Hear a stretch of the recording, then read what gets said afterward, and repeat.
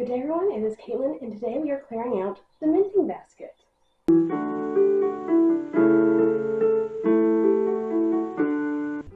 Okay, so I really have no idea what's in here because it's been a long time since I've looked at it. Some of these are going to be historic projects and some of them are not going to be historic projects. But it looks like we have a pair of drawers. Hey look, historic stuff. Why is this in here? It also could be that I stuffed stuff in here. Oh no, ripping the leg. Let's go ahead and fix this.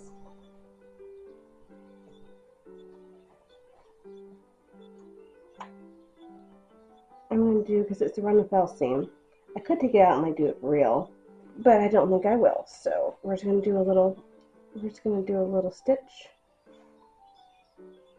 all the way around it. So Mending Mondays may end up being a series on the channel or just a regular thing that we do. Probably, I'm thinking on the 5th Mondays. There's only about 4 of those a year. And that gives me plenty of time to rack up stuff in the mending pile for us to actually do. And it could be interesting just to see how to mend, and because that's a skill that's typically lost nowadays. And also, it would give you a chance to see things in my wardrobe that maybe I did before the channel started. Now, when you properly learn how to mend, mending will extend the life of your garments and therefore the life of your wardrobe, saving you money in the long run. And it's also more eco-friendly because you're not purchasing more clothes while you throw these into a landfill. It's a very good skill to have in the 19th century, the 21st century, and basically any other century you can think of.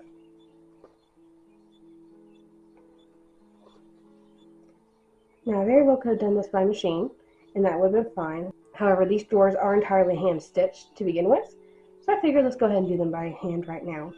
Now, in the future, I do plan on doing some mending by machine. Unfortunately, here at the house, I don't have a working machine at the moment. So we are dealing with mostly hand stuff, actually probably entirely hand stuff, I'd say. So I get done with that, I'm going to flip it over, and I'm going to go ahead and stitch on this other side as well. So here's a run and fell seam, therefore it should be sewn twice. And when things are done being mended, they go into the wash pile, because you definitely want to make sure that you mend before you wash. Otherwise, the washing, especially washing in particular, will make the holes bigger. It'll cause more damage. So you definitely want to make sure that you mend prior to laundering. So catch those rips and holes before you wash them. Once we're done, I'm going to tie that off, and then we'll give the garment once a really good look over, just to make sure there's no other holes or anything, although I'm pretty sure this is probably why it ended up in the mending basket. See, if I was wise, I would make notes, and I would pin the notes to each garment about why it ended up in the pile, but, you know, things happen. Alrighty, so those are now completed. Oh, waistband's coming out. Let's go ahead and fix that now.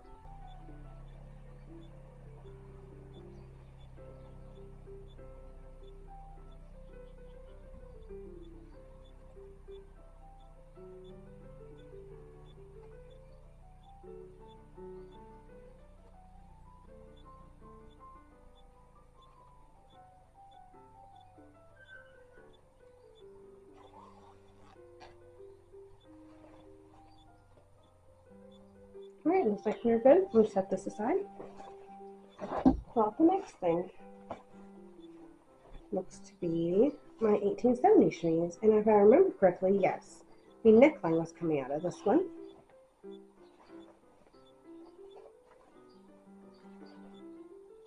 This will be basically the same stitch as the waistband before.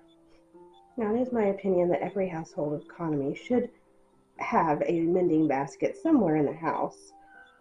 I prefer to keep mine in the living room because then I can do it while I'm watching TV or spending time with my husband, or just basically any of those regular days where I might have a little bit of extra, well, not time, but I can do this while I'm doing something else. It's also generally recommended that households keep a scrap bucket of just, odds and ends of scraps they can use to mend. And when you're done with your sewing projects, any tiny little scraps can go into that. And then I tend to keep my fabric with yardage, and then I have small yardage in another area, and scraps in a basket. Well, it's actually a bag. So I have a scrap bag. I actually have a cotton and linen scrap bag, and then a velvet, silk, and wool scrap bag. But I will tell you that mending is a gateway drug. So if you start mending, you'll soon find that you will need a scrap basket, and then you'll find yourself cutting down your old dresses to make kids' clothes, and then or your husband's shirts, and then you'll be cutting up really old bits of cloth to make rags, which I already do. It's just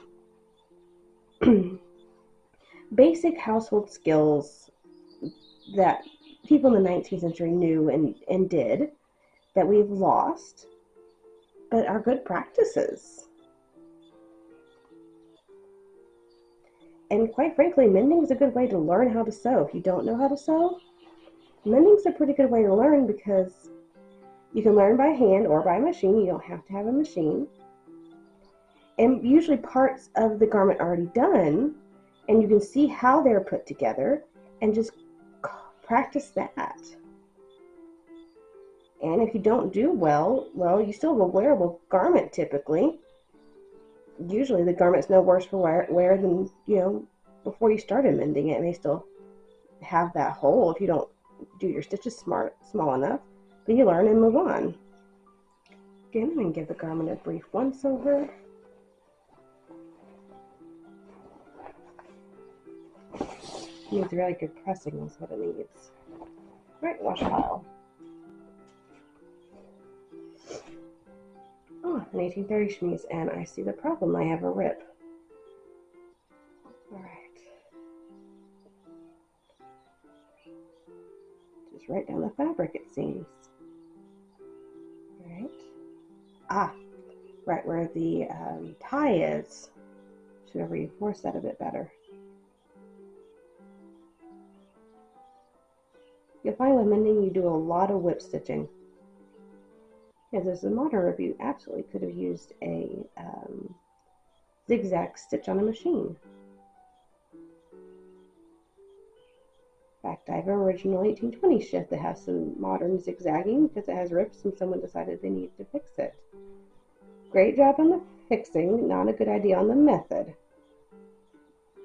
There's a lot of very rough machine holes on an antique garment. I keep meaning to take that out and mend it properly, just to help the garment but not give it so much strain and stress as the machine stitching would.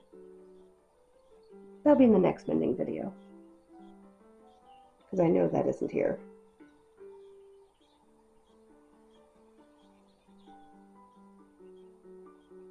This is where all my underwear went to. I've been wondering where all my underwear went to. All my 19th century underwear has been mysteriously missing. Apparently, I ripped it all. I'm going to go up once more. I don't have to, but I'm going to go up because I want to reinforce this top edge.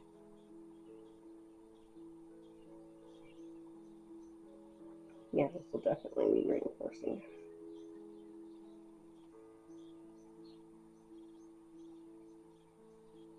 We'll see if I can do it with the red, but if it rips again, we're going to have to put a little piece of fabric behind it to help really keep that together. Sometimes thread is enough, especially when you do it really thick and heavy, and sometimes you need a little extra help. Okay. But that's what the mend looks like now. Just a little spot. That's the front side. So it's hardly noticeable, and when it's worn, you won't be noticed at all. And there's the back of it. I think that was it. All right. Okay. This one I think has some rips in the lace. So this was an older petticoat, probably from the 1900s. and before I knew not to use original garments, the lace was in really good condition. The top part was not, so I put modern fabric on the top and kept the original lace. Oh, that would be a pretty good reason to put it in the mending pile. Okay. This is something I would not mind using the machine on, but as I don't have a machine here, I guess we're doing this by hand. Actually, technically, I do have a machine. I have that Wilcox & Gibbs chain stitch. I think it's in the car, though. And it's a hand crank one, and I'd rather, honestly, stitch something entirely by hand than use a hand crank machine. I don't find them particularly time-saving. Now, I did just purchase a Wilcox & Gibbs treadle from the 1870s. It is not here at the moment. That would have been really fun to put on this video. But I actually have not gotten to use it. It was in Dallas, which is where my sister is, and so she picked it up for me and held it for a while. And it is technically a Menard now, it's just not at my house. And there's probably some holes in the lace. Oh, I didn't know I didn't mend those not too long ago. Okay, here's one.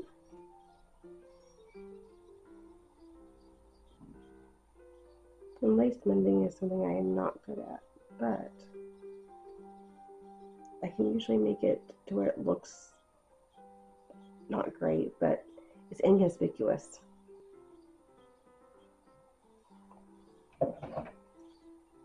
Which I guess is the point. There's a little mended lace just right here. The back of it.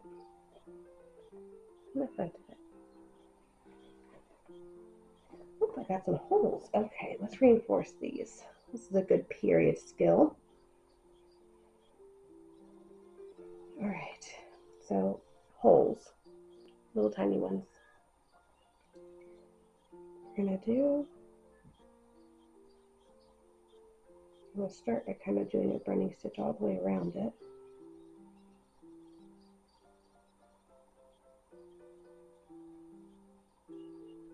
The little tiny pinholes and that sort of thing, you don't need to put fabric behind them.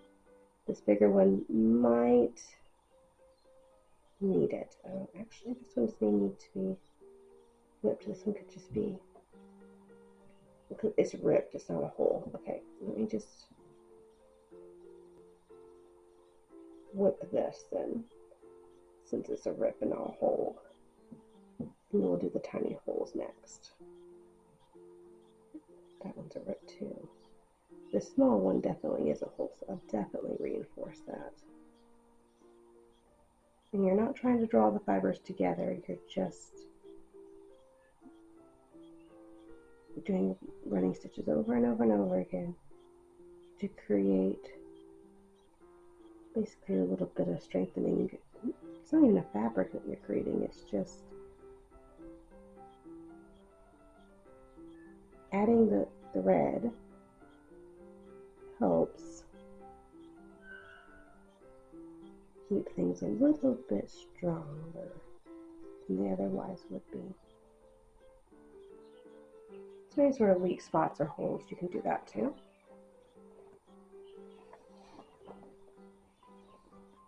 Okay, that one's good.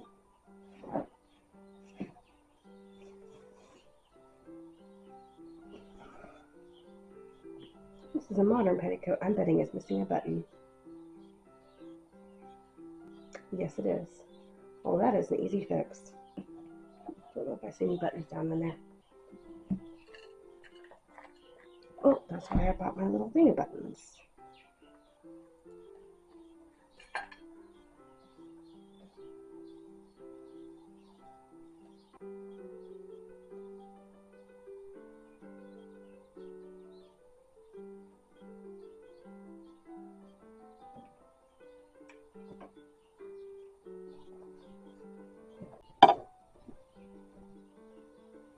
We're good there.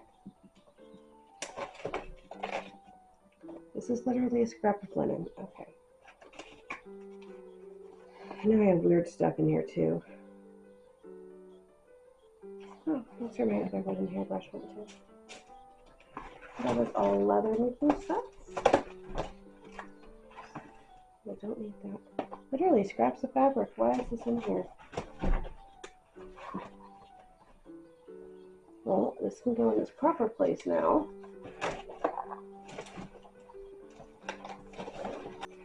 That's where these shoes went to. I have been looking for these. Now they do need to be fixed. That's going to have to be a different video though, because I am not prepared to do any shoe making today. Shoe mending. I don't have any of my leather work supplies. All I have is actual leather in here. I have been looking for those shoes for months. This is needlepoint linen. Probably ought to keep this somewhere separate. Why it was in here. Although all this other stuff, I don't know.